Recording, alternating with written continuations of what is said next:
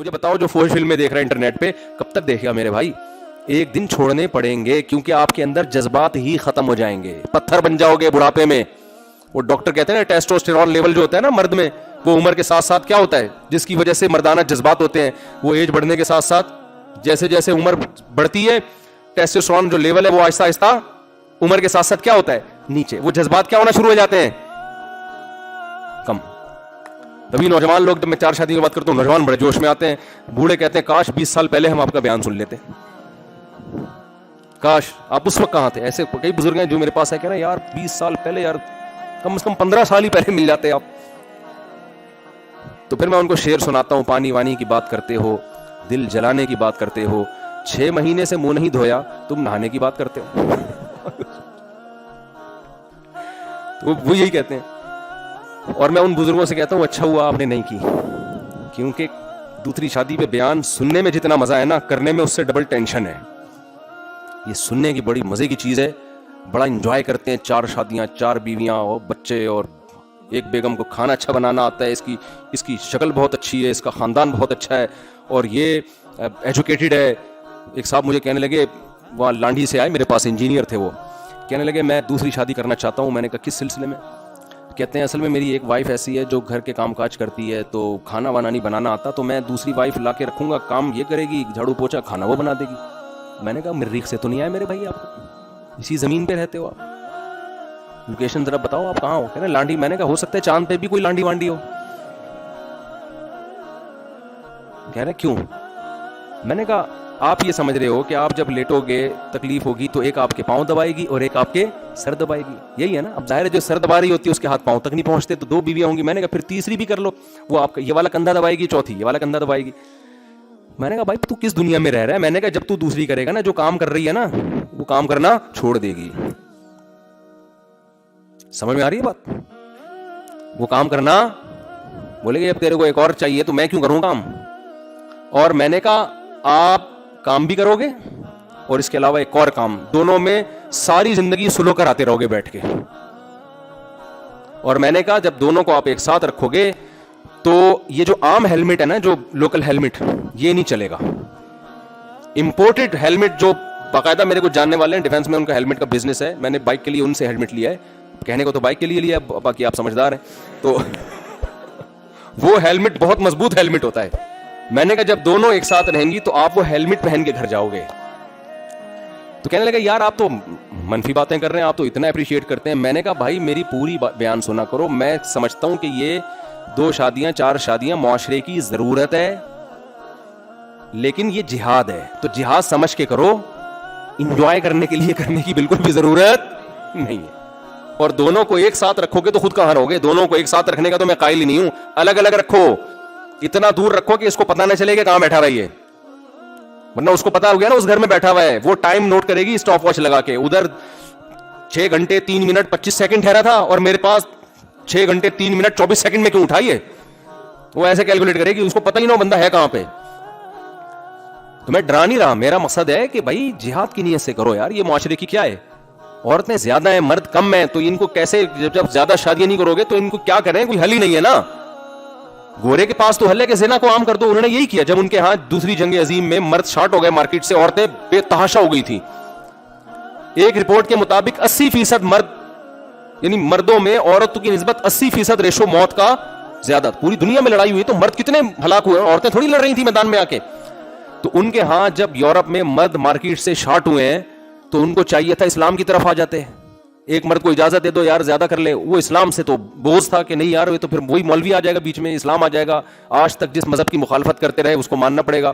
ان کے مفکرین نے لکھا ہے کہ آپ کو اسلام کی طرف آنا پڑے گا. میرے پہ جو کتاب ہے نا خطرناک 4 شادیوں والی, اس میں نے ان کے حوالے دیے ہیں کہ انہوں نے کہا کہ آج سے 100 سال کے بعد ہمیں اسلام والا 4 شادیوں والا نظریہ لینا پڑے گا, اس کے بغیر ہم اپنے خاندانی نظام کو نہیں بچا سکتے, بیڑا گرک ہو جائے گا. اس مفکر بیچارے گورے کو یہ نہیں پتا تھا کہ 100 سال کے بعد خاندانی نظام اتنا تباہ ہو جائے گا, تم 4 کو رو رہے ہو, ایک کا رواج بھی ختم ہو جائے گا. وہ رو رہا تھا 4 کا, وہ ایک تو یہ ہو گیا ہے وہاں پہ. تو اب ہم کہتے ہیں یار یہ جو اتنے مرد جو نکاح کے قابل مرد ہیں وہ شارٹ ہے, مارکیٹ میں ہے ہی نہیں, عورتیں بہت ہیں, تو کیسے ہوگی شادی ان کی. تو مجبوراً ایک آدمی کو 2-3 کرنی پڑیں گی, اور جہاد کی نیت سے اللہ کا حکم سمجھ کے. پھر اس میں یہ نہیں ہوگا ایک سر دبائے گی تو ایک پاؤں دبائے گی. پھر آپ نے یہ کہ جب وہ کوئی گلا دبائے گی تو میں کیسے بچوں گا, اس کی ٹریننگ کرنی ہے. اپنے دوست کو بتایا یار گلا دبا کے دیکھ کتنی پاور میں مرتا ہوں اور کتنے میں سانس گھٹتا ہے. ثواب کی گارنٹی ہے, حالات کی گارنٹی نہیں ہے. ثواب کی اور اللہ کی مدد کی, ان دونوں چیزوں کی گارنٹی. اگر آپ جہاد کی نیت سے یہ کام کرو گے, دونوں کے تینوں کے چاروں کے حقوق پورے کرو گے, تو انشاءاللہ اللہ کی مدد, کیونکہ اللہ کو خوش کرنے کے لیے کر رہے ہو نا یہ کام, تو انشاءاللہ اللہ کی مدد ہوگی آپ کے ساتھ. اللہ آپ میں برداشت بھی پیدا کرے گا اور پھر اس کی برکتیں پوری طور پر دنیاوی اخروی برکتیں حاصل ہوں گی. اللہ نے زنا میں نحوست رکھی ہے, نکاح میں اللہ نے برکت رکھی ہے. حضرت ابراہیم علیہ السلام کی زوجہ ہاجرہ اور سارہ, یہ کتنی نیک عورتیں تھیں, ان میں بھی کچھ نہ کچھ چپکلس ہوئی ہے. حضرت زینب رضی اللہ تعالی عنہا, حضرت عائشہ کی سوکن, حضرت عائشہ کی باری ہے, حضرت زینب نے حلوہ بنا کے بھیج دیا. نبی صلی اللہ علیہ وسلم مسجد نبوی میں اپنے حجرے کے باہر کھڑے ہوئے ہیں, صحابہ بھی بیٹھے ہوئے ہیں. حضرت عائشہ بھی تھیں, اس وقت پردے کے حکام نہیں آئے تھے, امی عائشہ بھی موجود تھیں. حضرت زینب نے جیسے ہی حلوہ بنا کے بھیجا ہے, امی عائشہ کو اتنا غصہ آیا کہ باری میری ہے, اس میں سوکن کی مداخلت کیوں ہو رہی ہے؟ بھائی آپ حلوہ کھلانا تھا اپنی باری میں کھلا دیتی.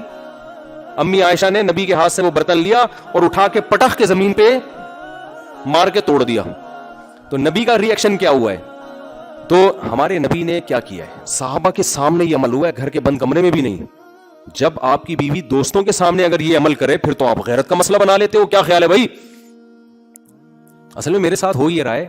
مجھے ایک واقعہ یاد آتا ہے کہ ایک آدمی گیا نا, تو دیکھا کہ گورنمنٹ کے 2 ملازم کام کر رہے ہیں, ایک گڑھا کھود رہا ہے, دوسرا اس میں مٹی بھر کے بند کر رہا ہے. اس کو عجیب سا لگا, یار یہ گڑھا کھودتا کیوں اگر دوسرے نے مٹی بند. اس سے پوچھا یار یہ کیا کر رہے ہو؟ انہوں نے کہا بھائی ہم 3 آدمیوں کے ذمے حکومت نے درخت لگاؤ مہم لگائی ہے, درخت لگاؤ مہم چلائی ہے, تو ہم 3 بندوں کو ٹھیکہ دیا ہے. ایک کا کام ہے گڑھا کھودنا, دوسرے کا کام ہے اس میں درخت لگانا, تیسرے کا کام ہے مٹی بھرنا. تو اس نے کہا درخت کیوں نہیں لگ رہا؟ اس نے کہا وہ چھٹی پہ گیا ہوا ہے جس بندے کا کام درخت لگانا ہے نا, تو ہم اپنی ڈیوٹی پوری کریں. تو میرا جب 4 شادیوں کا بیان ہوتا ہے تو لوگ سنتے ہیں, جب حقوق کی بات ہوتی ہے تو اتفاق سے اس دن وہ چھٹی پہ گئے ہوئے ہوتے ہیں. سمجھ میں آ رہی ہے بات؟ اس دن وہ کہاں گئے ہوئے ہوتے ہیں؟ چھٹی پہ گئے ہوئے ہوتے ہیں. لہٰذا پھر وہ لانڈھی سے چل کے آتے ہیں, یوٹیوب پہ بیان سنا ہوتا ہے, اور پھر یہ کہہ رہے ہوتے ہیں میں 2 شادیاں کرنا چاہتا ہوں, ایک بیوی میرا سر دبائے گی اور پاؤں تک اس کے ہاتھ چونکہ پہنچتے نہیں ہے, لہذا پاؤں کے لیے میں نے دوسری بیوی رکھ لی. سمجھتے ہو؟ تو ہمارے نبی صلی اللہ علیہ وسلم نے کیا کیا؟ ہمارے نبی صلی اللہ, اچھا ایک اور بات ہے, صلی اللہ علیہ وسلم ایک اور بات ہے, میں نوجوانوں کو جلد شادی کی ترغیب دیتا ہوں. بات بالکل درست ہے, 15 سال عمر ہے بلوغت کی, نکاح کی بھی یہی عمر ہے. تو جس دن 15 سال کی عمر کے لڑکوں کو نکاح کی ترغیب دیتا ہوں اس دن وہ ہوتے ہیں. جس دن اس پر بیان کرتا ہوں کہ یہ اپنے خرچے پہ, ابا کے خرچے پہ نہیں ہے, اس دن وہ چھٹی پہ گئے ہوئے ہوتے ہیں.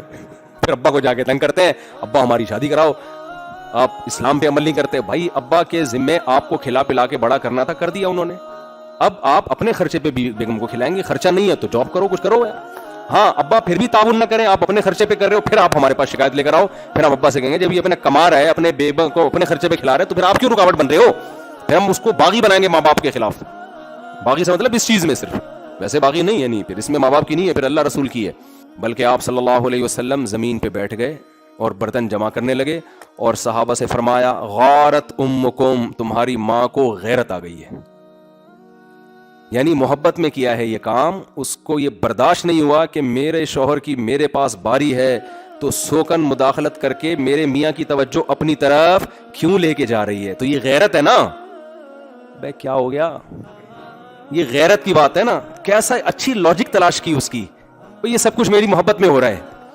تو محبت میں تو یار, محبت کبھی تمیز سے نہیں ہوتی, خوب سمجھ لو. محبت تمیز سے, ابا کا انتقال ہو گیا, آپ رو ہی نہیں رہے, آرام سے بیٹھے ہوئے ہر ایک سے مل رہے ہیں.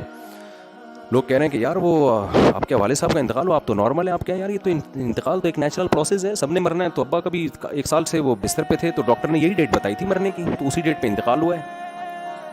تو آپ کہتے ہیں کہ آپ کو, وہ پوچھتا ہے کہ آپ کو تو رونا ہی نہیں آ رہا, نہ آپ کو کوئی غم چہرے سے نظر آ رہا ہے, تو آپ کو کیا محبت نہیں کرنی ہے؟